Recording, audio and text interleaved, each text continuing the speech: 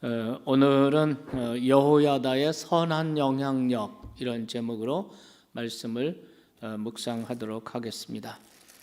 역대기서 기자는 남유다의 왕들을 기록하면서 특별히 21장에는 여호람에 대해서, 또 22장에서는 아하시아 왕에 대해서, 그리고 23장에는 아달랴에 대한 기록을 하고 있습니다. 이 왕들은 남왕국 유다의 많은 왕들 중에서도 악행을 연이어서 악행을 저지른 아주 대표적인 그런 왕들입니다. 여호람, 그리고 아하시아, 아달랴. 그 중에서 특별히 이 아달랴라고 하는 이 사람은, 본래 아달랴는 이세벨의 그 딸 아합과 이세벨 사이에서 낳은 북왕국 아합의 딸이죠. 이 아합 왕이 이세벨을 아내로 맞이합니다. 이 이세벨이라고 하는 여자는 이스라엘 북쪽의 시돈의 출신입니다. 시돈의 왕인 엣바알이라는 사람인데요. 이 시돈, 그리고 그 시돈의 왕이 엣바알인데, 이름 그대로 바알 숭배의 근원지입니다. 그 바알 숭배의 근원지 시돈의 엣바알의 딸이 바로 이세벨인데, 북왕국의 아합이 이세벨과 결혼을 해서 이세벨이 북왕국의 우상 숭배, 특별히 바알 숭배를 퍼뜨린 장본인입니다.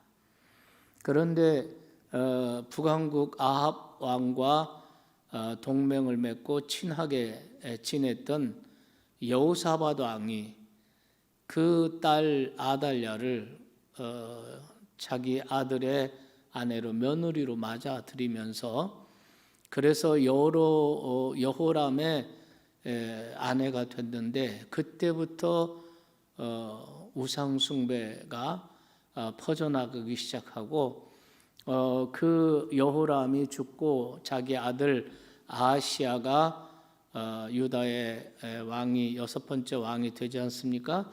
아하시아가 왕이 될 때는 완전히 뒤에서 섭정을 하면서 아하시아를 악행으로 이끌고, 그리고 유다를 정말 그 음행과 우상의 길로 이끕니다. 선한 영향력을 미치는 것이 아니라 악한 영향력을 미치는 이런 사람이 되죠. 그리고 이 아하시아 왕이 또 북왕국의 요람 왕을 병문안 갔다가 북왕국에서 정변이 일어나서 그 요람 왕이 죽고 예후가 북왕국의 혁명에 성공을 합니다.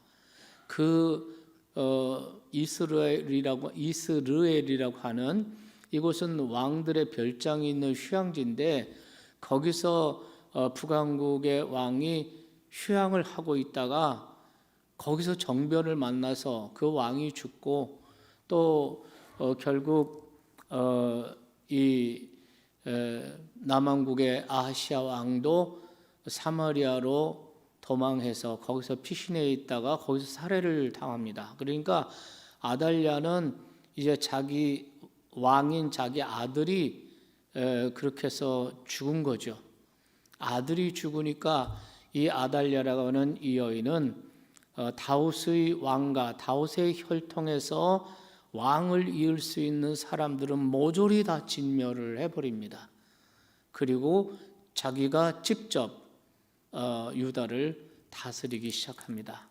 왕이라고 할 수는 없지만 정말 그 왕이 없는 그 6년 동안을 완전히 남왕국을 우상숭배의 나라로 악으로 이끕니다.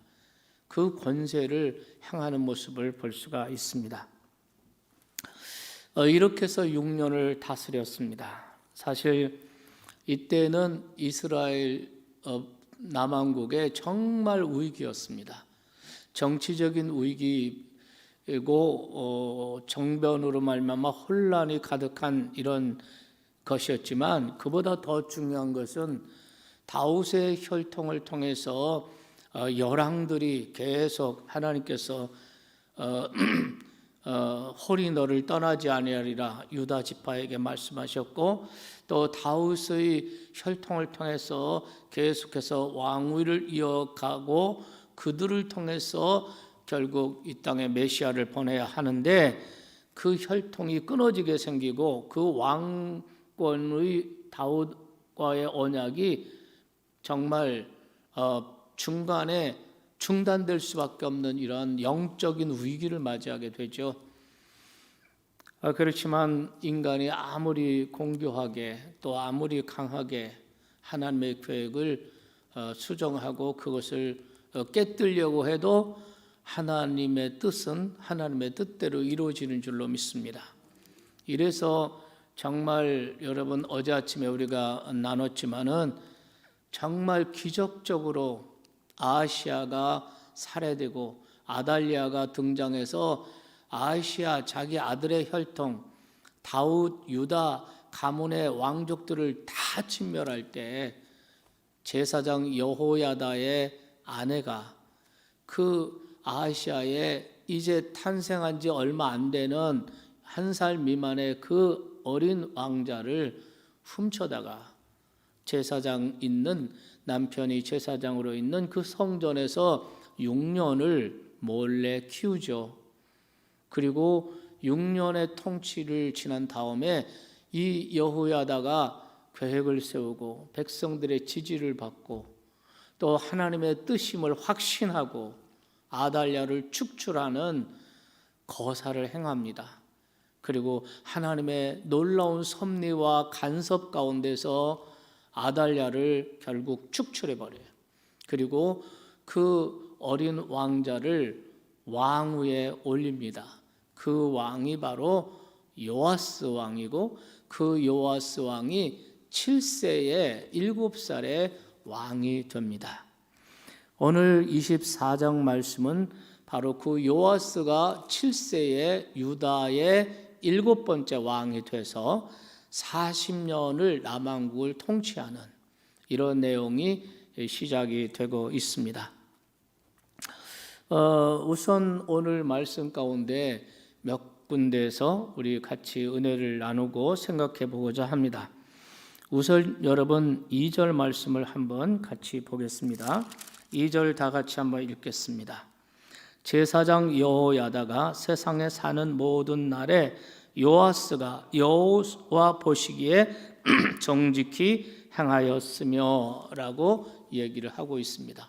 여호야다가 세상에 살아있는 동안에는 선한 영향력으로 그의 멘토가 되어서 선한 영향력이 되어서, 그래서 이 어린 왕자, 이 어린 7살의 왕위에 오른 요아스가 여호와 보시기에 정직하게 행하였다. 우리가 이 24장 전체를 읽어보면 요아스 40년 통치의 전반과 후반이 굉장히 많이 다른 것을 볼 수 있습니다. 전반 동안에는 여호야다가 살아있는 동안이었고, 그 살아있는 동안에는 요아스 왕이 하나님 보시기에 정직히 행하였습니다. 그리고 선을 행하였습니다. 그러나 여호야다가 죽은 후에는 요아스 왕이 완전히 변질되어 버립니다. 그래서 또다시 이스라엘의 악을 행하고 또 우상을 숭배하고 이런 일들이 또 일어나게 됩니다.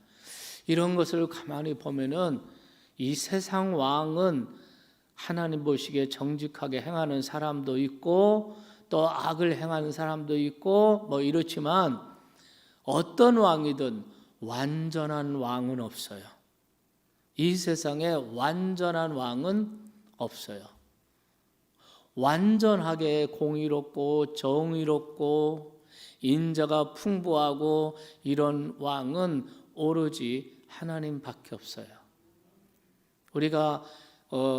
우리나라가 이 민주화되는 그 과정 속에서 우리는 많은 것을 기대를 하지 않습니까? 이 정부가 끝나면 다음 대통령을 뽑으면 나라가 좋아지겠지. 그 왕은 참 좋은 선한 왕이 될 거야. 이렇게 생각하지만 그게 아니더라고. 군사정권 시절에는 군사정권이 무너지고 문민정부만 들어서면 다 될 줄 알았는데 그게 또 아니라, 네, 항상 그런 것 같습니다. 이 세상의 왕은 온전한 왕이 없다. 아멘. 정의로우시고 공의로우신, 또 그러면서도 인자와 사랑이 많으신 완전한 왕은 예수 그리스도의 통치, 하나님의 통치밖에 없다. 믿으시면 아멘 합시다. 어쨌든 이 요아스 왕이 이렇게 전반과 후반, 여호야다가 살아있는 동안과 여호야다가 죽은 이후에 완전히 딴 사람이 되는 것을 우리가 볼 수가 있습니다. 그래서 이 역대기 기자는 2절에서 특별히 제사장 여호야다가 세상에 사는 날 동안 요아스가 여호와 보시기에 정직히 행하였다. 그 아달랴라고 하는 그 여인은 아들이 왕위에 오르자 뒤에서 권세 노름을 하고 있지 않습니까? 섭정하고 그 악을 행하게 하고 이런 악을 행하게 하는 이런 사람이었고, 그 아하시아가 죽으니까 이제는 자기가 왕처럼 등장을 해가지고 6년 동안 완전히 세상 권세 노름 혼자 다 하고 있지 않습니까? 그런데 여기에 반해서 여호야다는 자기가 거사를 해서 왕위에 앉힌 7살 된 어린 왕이었지만 그에게 권세 노름을 하는 것이 아니라 그에게 선한 멘토가 되고 선한 영향력을 미쳐서 그 어린 왕이 하나님 보시기에 정직히 행할 수 있도록 이렇게 행하는 것을 볼 수가 있습니다. 그러니까 아달랴는 세상 권세를 추구했고 여호야다는 영적 권위를 가진 사람이었습니다.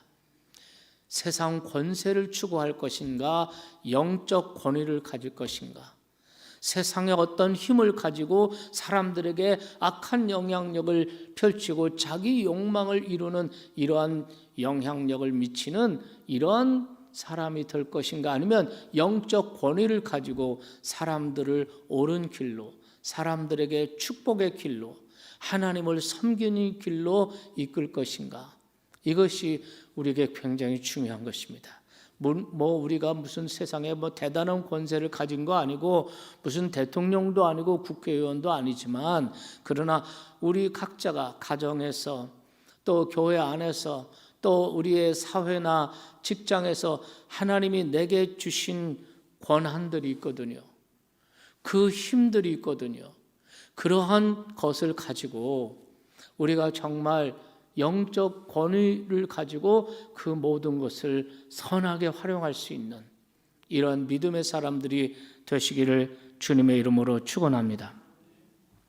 그런데 오늘 이 말씀 또 몇 절입니까? 14절 말씀을 한번 보시겠습니까? 14절 하반절에 보면 이런 말씀이 있어요. 여호야다가 세상에 사는 모든 날에 여호와의 전에 항상 번제를 드렸더라. 이런 말씀이 있어요. 여호야다가 살아있는 동안에 또 14절에서 나오고 있습니다. 그리고 바로 15절에서 여호야다가 세상을 떠나요. 이렇게 역대기 기자가 여호야다가 살아있는 동안에 이 말을 강조하는 이유가 있을 거 아닙니까? 그 이후에 요아스 왕이 변질될 것을 우리에게 보여주고 있습니다. 자, 여러분, 우리에게도 이 세상을 사는 날 동안 여호야다와 같은 선한 멘토, 정말 우리를 믿음의 길로 하나님 보시기에 정직하게 행하는 축복의 길로 나를 잘 도와주고 지도해주고 선한 영향을 미치는 이런 멘토가 항상 있으면 얼마나 좋겠어요. 그런데 여호야다는 결국 세상을 떠나고 이제 요아스 왕이 스스로 나라를 다스려야 되는 거죠. 어떻습니까? 여러분, 여기서 우리는 두 가지를 생각할 수 있어요. 하나는 선한 영향력을 받는 것은 큰 은혜고 축복이지만, 그러나 그런 사람이 내 곁에 없다 할지라도 우리는 하나님의 말씀을 붙들고, 믿습니까? 하나님 보시기에 정직한 믿음의 삶을 살아가야 한다는 것이죠. 누구를 탓할 수가 없다는 거예요. 우리 순장님이 나를 이렇게 해줘, 나를 돌봐주지 않았어. 누가 우리 부모님이 그랬어. 이런 누구를 탓해서는 안 된다는 거예요. 여호야다가 없으니까 나는 이렇게 행해도 돼 라고 변명할 수가 있을까요? 그럴 수 없어요. 모든 것은 내가 책임을 져야 되는 거죠. 아멘. 그런데 놀랍게도 오늘 아침에 이 말씀을 묵상하면서 너무나 감사한 게 뭐냐면은, 우리 곁에는 이 선한 영향력을 미치는 정말 영적 권위를 가진 멘토가 항상 우리 곁에 있구나. 할렐루야. 그분이 누구실까요? 요한복음에 보면은 그분이 바로 보혜사 성령이십니다. 우리 곁에 계셔서, 또 우리 안에 계셔서 우리에게 감동하시고 우리를 충만케 하시고 우리를 인도하시고, 믿습니까? 성령, 보혜사 성령이 오늘 내 인생의 여호야다와 같은 분이시구나. 믿으시면 아멘 합시다. 그 보혜사 성령이 우리를 진리 가운데로 이끌어 주시고 진리를 깨우쳐 가르쳐 주시고 잘못된 길로 갔다가도 회개하고 돌이키게 하시고, 할렐루야, 내가 행해야 할 일이 무엇인가를 가르쳐 주시고, 보혜사 성령이 오늘 나와 여러분의 멘토이심을 믿으시기 바랍니다. 또한 성령께서 역사함에 따라 역사하시는 이런 멘토의 역할을 성령이 하실 때에 그 성령께서는 하나님의 사람들, 교역자들을 통해서 그 일을 하실 수가 있다는 거죠. 그래서 여러분, 우리가 히브리서 말씀을 잠깐 좀 보겠습니다. 히브리서 3장 12절 13절 말씀 먼저 보실까요? 형제들아, 너희는 삼가 혹 너희 중에 누가 믿지 아니하는 악한 마음을 품고 살아계신 하나님에게서 떨어질까 조심하라. 이런 사람이 있다는 거죠. 우리를 살아계신 하나님에게서 떨어지게 하고 멀어지게 하는 악한 영향력을 미치는 사람, 이런 일들을 조심하라는 거예요. 그것이 어떤 사람일 수도 있고 또 어떤 문화일 수도 있는데, 하여튼 이런 것들이 나에게 악한 영향력을 미쳐서 내가 하나님에게서 멀어지고 떨어지지 않게 조심하라는 것이. 그러면서 13장에 보면은 13장 17절에 이렇게 말하죠. 너희를 인도하는 자들에게 순종하고 복종하라. 그들은 너의 영혼을 위하여 경성하기를 자신들이 청산할 자인 것처럼 하느니라. 그들로 하여금 즐거움으로 이것을 하게 하고 근심으로 하게 말라. 그렇지 않으면 너에게 위기 없는 너희를 인도하는 자, 영적 지도자들이라. 하나님께서 내게 영적 지도자를 주신 것을 감사하시기 바라요. 하나님께서 나에게 보혜사 성령을 주셔서 나에게 진리를 가르치시고 진리의 길로 이끌어 가시고 또한 진리의 길로 행할 수 있는 능력을 주시는 보혜사 성령. 아멘. 여호야다와 같이 얼마 동안 살다가 죽고 내 곁을 떠나는 이런 자가 아니고 항상 세상 끝날까지 항상 함께 하시는 보혜사 성령, 성령의 멘토를 잘 따르고 순종하고, 또 하나님께서 교회를 통해서 내게 붙여주신 영적 지도자의 인도를, 가르침을 잘 받고, 아멘, 이런 하나님의 종들이 다 되시기를 주님의 이름으로 축원합니다. 두 번째 귀절을 한번 보시겠습니다. 4절 말씀을 보겠습니다. 4절을 다 같이 한번 읽어볼까요? 그 후에 요아스가 여호와의 전을 보수할 뜻을 두고 라고 말했습니다. 4절 말씀부터 14절 말씀까지가 그 내용인데요. 그거는 뭐냐면 요아스 왕이 여호와의 성전을 대대적으로 수리하고 보수하는 일부터 하고 있습니다. 여기 말씀 보면은 성전을 보수할 뜻을 두고 이렇게 뜻을 정했습니다. 옛날에 다윗이 여호와의 전을 건축할 마음을 갖고 이런 말씀이 있어요. 이 마음을 세우고 뜻을 갖는 것, 특별히 하나님의 성전을 건축하거나 하나님의 성전을 수리하거나 하나님의 성전으로 하나님의 언약궤를 옮겨오거나 이런 일들을 우리가 성경에 보면 이 모든 것들은 이런 데 관심을 두고 이런 데 뜻을 가진 이런 행위, 이런 사람은 바로 하나님에 대한 경외, 하나님을 사랑하고 하나님에 대한 열정을 가지고 있습니까? 이러한 신앙의 표현이 성전을 향한 열심은 바로 하나님을 향한 열심의 표현이고 성전을 향한 사랑은 하나님을 향한 사랑의 표현이었습니다. 우리가 광야 시대에 출애굽 시대 광야 시대에 하나님의 말씀을 따라서 모세가 성막을 세우지 않습니까? 그 성막을 세우는 그 장면이 출애굽기에 나와요. 34장부터 쭉 나옵니다. 그때 이스라엘 백성들이 그 광야 생활에 가진 건 뭐 있겠어요?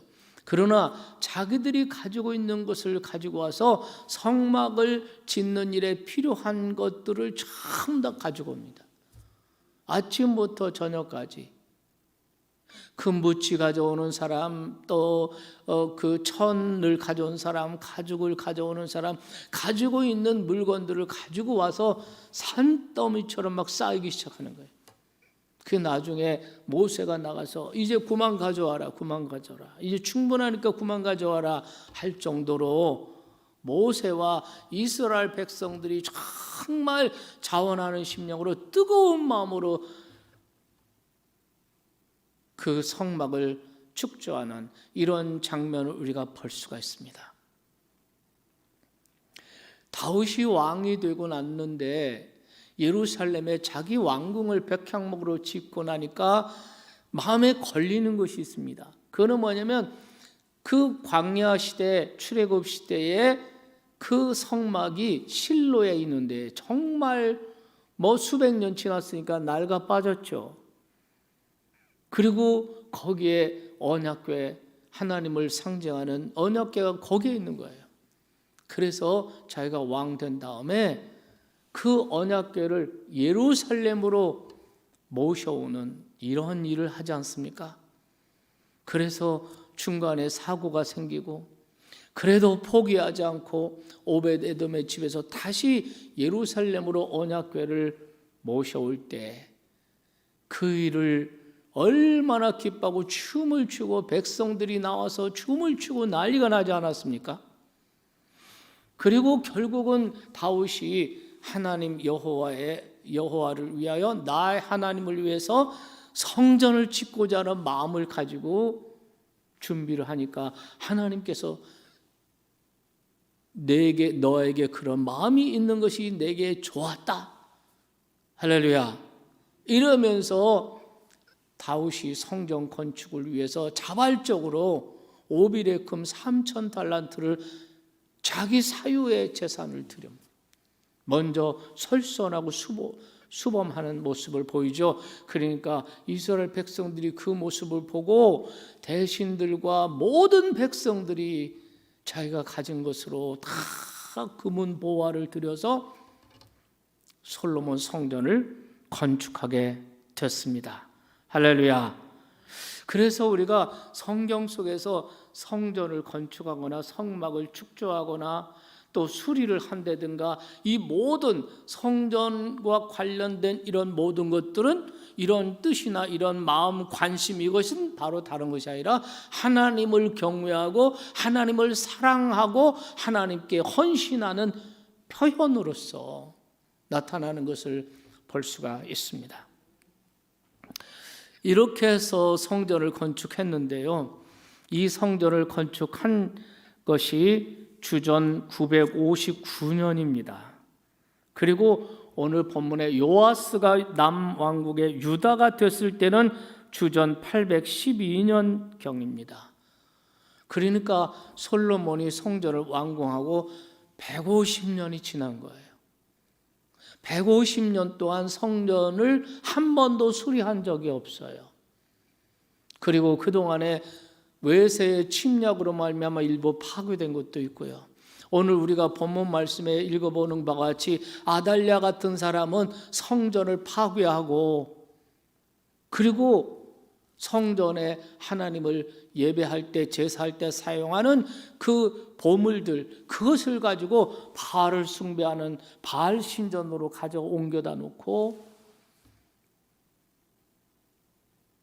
또 여로보암, 여호람, 아하시야, 아달랴 이 기간 동안에 이스라엘의 그 남왕국의 예배가 폐지가 되고 번제를 드리지를 않고,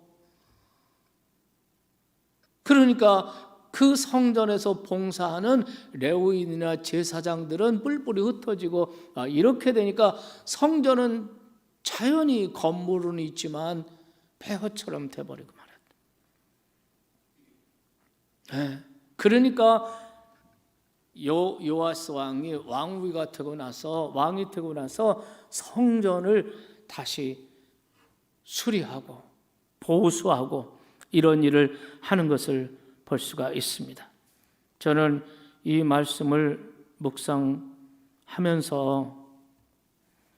북한 교회를 다시 떠올리지 않을 수가 없었어요.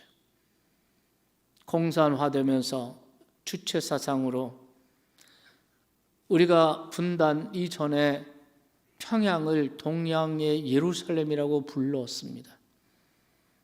평양을 중심해서 원주, 신의주 이곳에 분단 이전에 3,000개의 교회가 있었어요. 이남에는 몇 개 없었어요. 3,000개의 교회가 북한에 있었습니다. 그 북한의 교회들이 다 무너지고, 여러분 이러한 모습을 우리가 알고 있지 않습니까? 하나님, 저 무너진 북한 교회, 무너진 주님의 성전들 다시 회복하게 해주십시오. 다시 회복되게 도와주십시오. 이것이 오늘 여러분과 저의 기도가 되어야 할 줄로 믿습니다. 오늘 또한 저 북한 교회만을 위해서가 아니고 우리 한국 교회는 또 어떻습니까? 코로나, 세속주의, 신비주의, 온갖 이런 것들로 말미암아서 교회가 얼마나 훼손이 되고 있습니까? 얼마나 많이 무너지고 회파되고 있습니까? 이 코로나 시기에 정말 교회들이 예배가 무너지고 기도의 제단이 무너지고 선교와 전도의 사명이 무너지고 정말 가슴 아파, 너무나도 가슴 아픈 일들이 일어나고 있습니다. 조그만 교회들은 뭐 수천 개가 문을 닫아요. 교회가 사람들이 모이지 않고 또한 하나님께 봉헌하고 헌신하는 일이 없기 때문에 교회가 막 경매로 나오고 이런 일들이 지금 막 벌어지고 있는데, 정말 중요한 것은 앞으로 더 중요한 것입니다. 하나님이 한국교회를 다시 수리해 주시고 보수해 주시고 고쳐주시고 예배가 회복되게 하시고 기도의 차단이 회복되게 해주시고, 이러한 기도가 저와 여러분에게 있기를 주님의 이름으로 축원합니다. 요시야 왕이 왕이 되면서 이 성전 수리를 대대적으로 한 것입니다. 그래서 여러분 오늘 24장 보실까요? 13절 말씀을 한번 읽겠습니다. 다 같이 하겠습니다.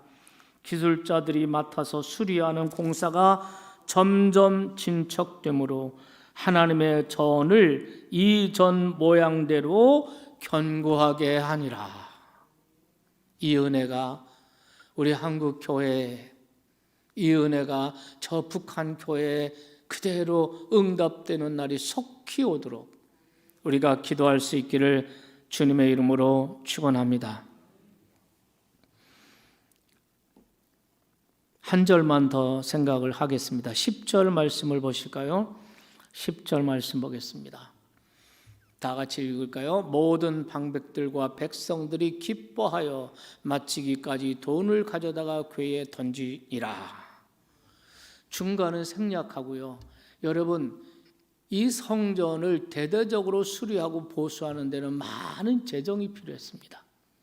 그러나 지금 재정이, 국가 재정도 고갈돼 버리고, 그리고 성전 재정도 완전히 제로, 바닥이요.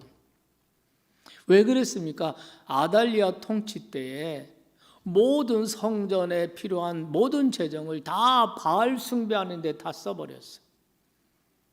심지어 성전 안에 있는 하나님께 제사할 때 사용하는 모든 거룩한 기명들도 전부 다 바알 전으로 옮겨 가서 바알을 숭배하는 데 다 써버리고, 그러니까 재정이 제로였습니다. 이때 여호야다가 요시야 왕에게 또 선한 영을 미쳐요. 모세 시대부터 모세가 율법으로 정한 이스라엘 백성들은 매년마다 성전 세일을 내게 되는데, 그거를 그동안 제대로 시행을 안 한 것입니다. 그것을 왜 시행을 안 하느냐? 그렇게 해라. 이렇게 해서 이스라엘 백성들 성전 문 앞에 말이죠, 헌금궤를, 헌금 상자를 만들어 놓고 사람들에게 다, 백성들에게 선포를 한 거예요. 모세 시대부터 모세가 율법으로 정한 이런 세를 다 내자. 이스라엘 백성들이 다 기쁨으로, 참 여러분, 영적으로 부흥하는 이런 사인 중에 하나가 뭐냐면, 그 당시에 하나님의 백성들, 그 당시에 기독교인들이 교회로 마음을 다 모으고 헌신하고 기쁨으로 모이고 기쁨으로 헌신하고, 이런 게 사인입니다.